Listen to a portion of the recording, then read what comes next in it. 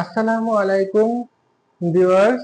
গত ক্লাসে আমি তোমাদের সামনে হাজির হয়েছিলাম যে বাংলা ব্যাকরণের কিছু ইতিহাস নিয়ে। আজকে আমি তোমাদের সামনে আলোচনা করব যে বাংলা যে ব্যাকরণের পরবর্তী ইতিহাস সম্পর্কে। তো কথা না বাড়িয়ে শুরু করছি। তোমরা জানো যে আমি গতকাল ক্লাসে বলেছিলাম যে ব্যাকরণের 4টি আলোচ্য ধাপ রয়েছে। 1 নম্বর হচ্ছে ধ্বনিতত্ত্ব, তারপরে হচ্ছে শব্দতত্ত্ব বা রূপতত্ত্ব, বাক্যতত্ত্ব বা পদক্রম, আর একটা হচ্ছে অর্থতত্ত্ব। ব্যাকরণের ইতিহাসটা আমি বলেছিলাম, আমি আবার একটু বলি যে ব্যাকরণ সর্বপ্রথম রচনা করেছেন 1734 সালে ম্যানুয়েল দা আসুম্পসাও, কিন্তু এতে ধ্বনিতত্ত্বের আলোচনা ছিল না বলে এটাকে পূর্ণাঙ্গ ব্যাকরণ বলা যায় না। তারপরে 1778 সালে ইংরেজ একজন লেখক নাথানিয়েল ব্রাসি হ্যালহেড তিনি রচনা করেছিলেন এই grammar of the Bengal language নামে। এটি হচ্ছে প্রথম পূর্ণাঙ্গ ব্যাকরণ। তারপর 1801 সালে উইলিয়াম ক্যারি ভাষা কথাক্রম রচনা করেন, আর বাঙালিদের মধ্যে প্রথম ব্যাকরণ রচনা করেন Raja Rammohan Roy. Bengali grammar in the English language নামে। তার মৃত্যুর পর এটা গৌড়ীয় ব্যাকরণ নামে এটি প্রকাশিত হয়। তো বলেছি ব্যাকরণের আলোচ্য বিষয় হচ্ছে 4টি। ধ্বনিতত্ত্বের আলোচ্য বিষয় কি? সন্ধি, নত্যবিধান, সত্যবিধান, ধ্বনি পরিবর্তন। শব্দ রূপতত্ত্বের আলোচ্য বিষয় হচ্ছে, এগুলো খুব ইম্পর্টেন্ট, বিশেষ করে ভার্সিটি এডমিশনের জন্য এটা ভীষণ ইম্পর্টেন্ট, এটা ভীষণ আসেন।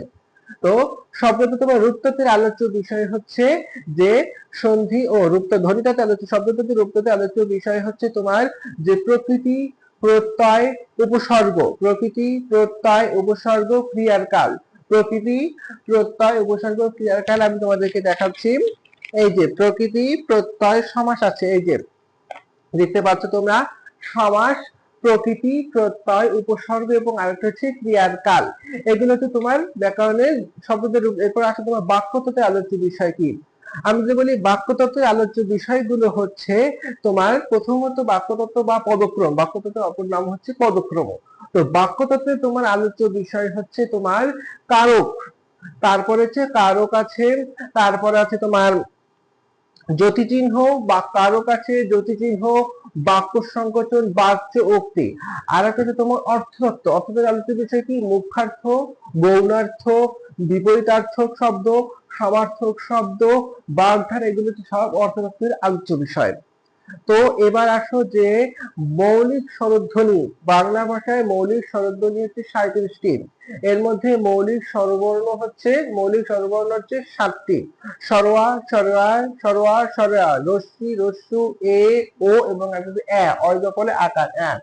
একদম যদি আমি তোমাদেরকে যদি দেখাই যে সরোয়া, সরোয়া, রস্যি, রস্যু, এ, ও এবং আরেকটা হচ্ছে, এগুলো হচ্ছে মৌলিক স্বরধ্বনি। মৌলিক স্বরধ্বনি হচ্ছে 7টি, আর মৌলিক ব্যঞ্জন ধ্বনি হচ্ছে 30টি। এবার আসলে স্বরধ্বনি উচ্চারণের ছক। এই যে তোমরা ছকটা দেখতে পাচ্ছ, ভালো করে দেখে নাও, দরকার হলে তোমরা এটা দিয়ে তোমরা নোট করে রাখতে পারো। তো স্বরধ্বনি উচ্চারণের যে ছক, আমি যদি বলি উচ্চ, মধ্য, পশ্চাৎ, তারপর শেষ হচ্ছে উচ্চ, উচ্চ মধ্য, নিম্ন মধ্য, নিম্ন। উচ্চ থেকে রস্যি, রস্যু, উচ্চ মধ্য থেকে এ, ও, নিম্ন মধ্য থেকে অজফলে আকার এ এবং অ, আর নিম্ন হচ্ছে আ। এরপর আসো তোমরা যে কোথা থেকে উচ্চারিত হবে, ব্যঞ্জন ধ্বনি উচ্চারণের স্থান, যেটাকে আমরা বলি অঘোষ। এই যে ব্যঞ্জন উচ্চারণ, এই যে ছকটা ভালোভাবে দেখতে হবে তোমাদেরকে। এই ছকটা, এই যে ছকটা আছে, এই ছকটা ভালোভাবে তোমরা নোট করে রাখবে। এই ছকটা ভেরি ভেরি ইম্পর্টেন্ট। প্রথমটা হচ্ছে অঘোষ, তারপর হচ্ছে ঘোষ, তারপর অল্প প্রাণ, মহাপ্রাণ, আবার অল্প প্রাণ, মহাপ্রাণ, শেষ হচ্ছে নাসিক্য।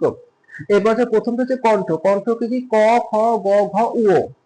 তারপরে তালব্য। তালব্য কি? চ, ছ, জ, ঝ, ইয়। তারপরে কি?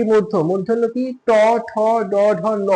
তারপর হচ্ছে কি? মূর্ধন্যের পর আছে, প্রথমে আছে কণ্ঠ বললাম, তারপর হচ্ছে তালব্য, তারপর হচ্ছে মূর্ধন্যের পর হচ্ছে দন্ত। দন্ত হচ্ছে কি? ত, থ, দ, ধ, ন। তারপর হচ্ছে ওষ্ঠ, প, ফ, ব, ভ, ম। এবং আরেকটা মনে রাখবে 3 স, তালব্য স, দন্ত স, মূর্ধন্য স হচ্ছে প্রথমটা হচ্ছে অঘোষ, ঘোষ, অঘোষ অল্প প্রাণ ধ্বনি, এবং হ হচ্ছে ঘোষ মহাপ্রাণ ধ্বনি। এসব বিষয় তো মাথায় রাখবে। আর একটা দ্বিতীয় বিষয় তো বলবো যে নাসিক্য ব্যঞ্জন ধ্বনি। আমরা জানি যে নাসিক্য ব্যঞ্জন ধ্বনি ও বর্ণ, নাসিক্য ব্যঞ্জন ধ্বনি হচ্ছে 3টি, আর নাসিক্য ব্যঞ্জন বর্ণ হচ্ছে 7টি। ব্যঞ্জন ধ্বনি কি কি? ম, ন, উ। আর তারপর আছে তোমার উৎস। উৎস ব্যঞ্জন ধ্বনি যদি বলে তাহলে 3টি, তালব্য স, দন্ত স, হ। আর যদি উচ্চ ব্যঞ্জন বর্ণ হচ্ছে চারটি, তালব্য স, দন্ত স, মূর্ধন্য ষ, হ। হ্যাঁ, এগুলো উচ্চ ব্যঞ্জন ধ্বনি বর্ণ। এরপর আসো কি, এরপর আসো তোমার শীষ। শীষ ব্যঞ্জন ধ্বনি হচ্ছে দুইটি, তালব্য স, দন্ত। মনে রাখবে মূর্ধন্য ষ ব্যঞ্জন ধ্বনির মধ্যে পড়ে না। আর উচ্চ ব্যঞ্জন ধ্বনি ও শীষ ব্যঞ্জন বর্ণ হচ্ছে তিন, তালব্য স, দন্ত স, মূর্ধন্য ষ। পার্শ্বিক ধ্বনীয় বর্ণ একটা, সেটা হচ্ছে কোনটি? র। না সরি, ল। পার্শ্বিক ব্যঞ্জন ধ্বনীয় বর্ণ একটা হচ্ছে ল। কম্পিত ব্যঞ্জন ধ্বনীয় বর্ণ বয়শূন্য র। তাড়িত ব্যঞ্জন ধ্বনীয় বর্ণ ডয়শূন্য র, ঢয়শূন্য র। হ্যাঁ, এগুলো হচ্ছে। আর স্বরবর্ণ, আমরা জানি স্বরবর্ণ 11টি এবং স্বরবর্ণের মোট 10টি সংক্ষিপ্ত রূপ রয়েছে, যেগুলোকে বলে কারবর্ণ, এবং এই 10টি এবং স্বর একে বলা হয় নীল বর্ণ। এবার আসো ব্যঞ্জন বর্ণ। ব্যঞ্জন বর্ণের বিকল্প একটা রূপ আছে, যার নাম হচ্ছে অনুবর্ণ। এবং ব্যঞ্জন বর্ণের 6টি সংক্ষিপ্ত রূপ রয়েছে, এগুলোকে ফলা বলা হয়। ফলা 6টি, কি কি? ন ফলা, ব ফলা, ম ফলা, র ফলা, জ ফলা, ল ফলা। এগুলো হয়েছে। তারপরে বর্ণমালার উচ্চারণ স্থানে তো আমরা আগেই তোমাদেরকে দেখিয়েছিলাম, এইটি যে বর্ণমালার উচ্চারণ স্থান, তোমরা যদি চাও এটি নোট করে রাখতে পারো। এরপর আসো তোমরা যে বাংলা ভাষার সংখ্যা বর্ণ কিন্তু 10টি। পূর্ণমাত্রা আমরা বলেছি 32টি, এবং অর্ধমাত্রা আমরা বলেছি 8টি, মাত্রাহীন আমরা বলেছি 10টি। এই পূর্ণমাত্রা যে 32টির মধ্যে স্বরবর্ণ কয়টি, ব্যঞ্জন বর্ণ কয়টি? স্বরবর্ণ যে 6টি, বাকিগুলো হচ্ছে ব্যঞ্জন বর্ণ। পূর্ণমাত্রা বলছি 32টি, অর্ধমাত্রা বলেছি 8টি। 8টির মধ্যে স্বরবর্ণ হচ্ছে মাত্র একটি, সেটি হচ্ছে শুধুমাত্র ঋ। ঋ হচ্ছে স্বরবর্ণ, এবং বাকিটা হচ্ছে ব্যঞ্জন বর্ণ। অর্ধমাত্রা আর মাত্রাহীন হচ্ছে 10টি। 10টির মধ্যে স্বরবর্ণ হচ্ছে 4টি, ও, ঔ, এ, ওই ও ও। আর বাকিগুলো হচ্ছে ব্যঞ্জন বর্ণ।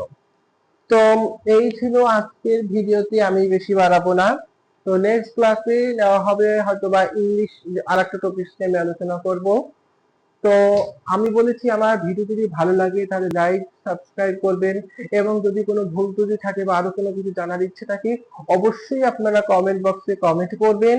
আমি আপনাদের কমেন্টে রিপ্লাই দেওয়ার চেষ্টা করব, এবং সেই অনুযায়ী আপনাদের চাহিদা পূরণ করার চেষ্টা করবো ইনশাআল্লাহ। আপনারা যদি সাবস্ক্রাইব করেন, লাইক করেন, কমেন্ট করেন, হ্যাঁ বেশি বেশি শেয়ার করবেন, তাহলে আমাদের মধ্যে একটি স্পৃহা হয় আপনাদেরকে আরো কিছু দেওয়ার, আমাদের মধ্যে সাহস হয়। তো সবাই ভালো থাকবেন, সুস্থ থাকবেন। আল্লাহ হাফেজ।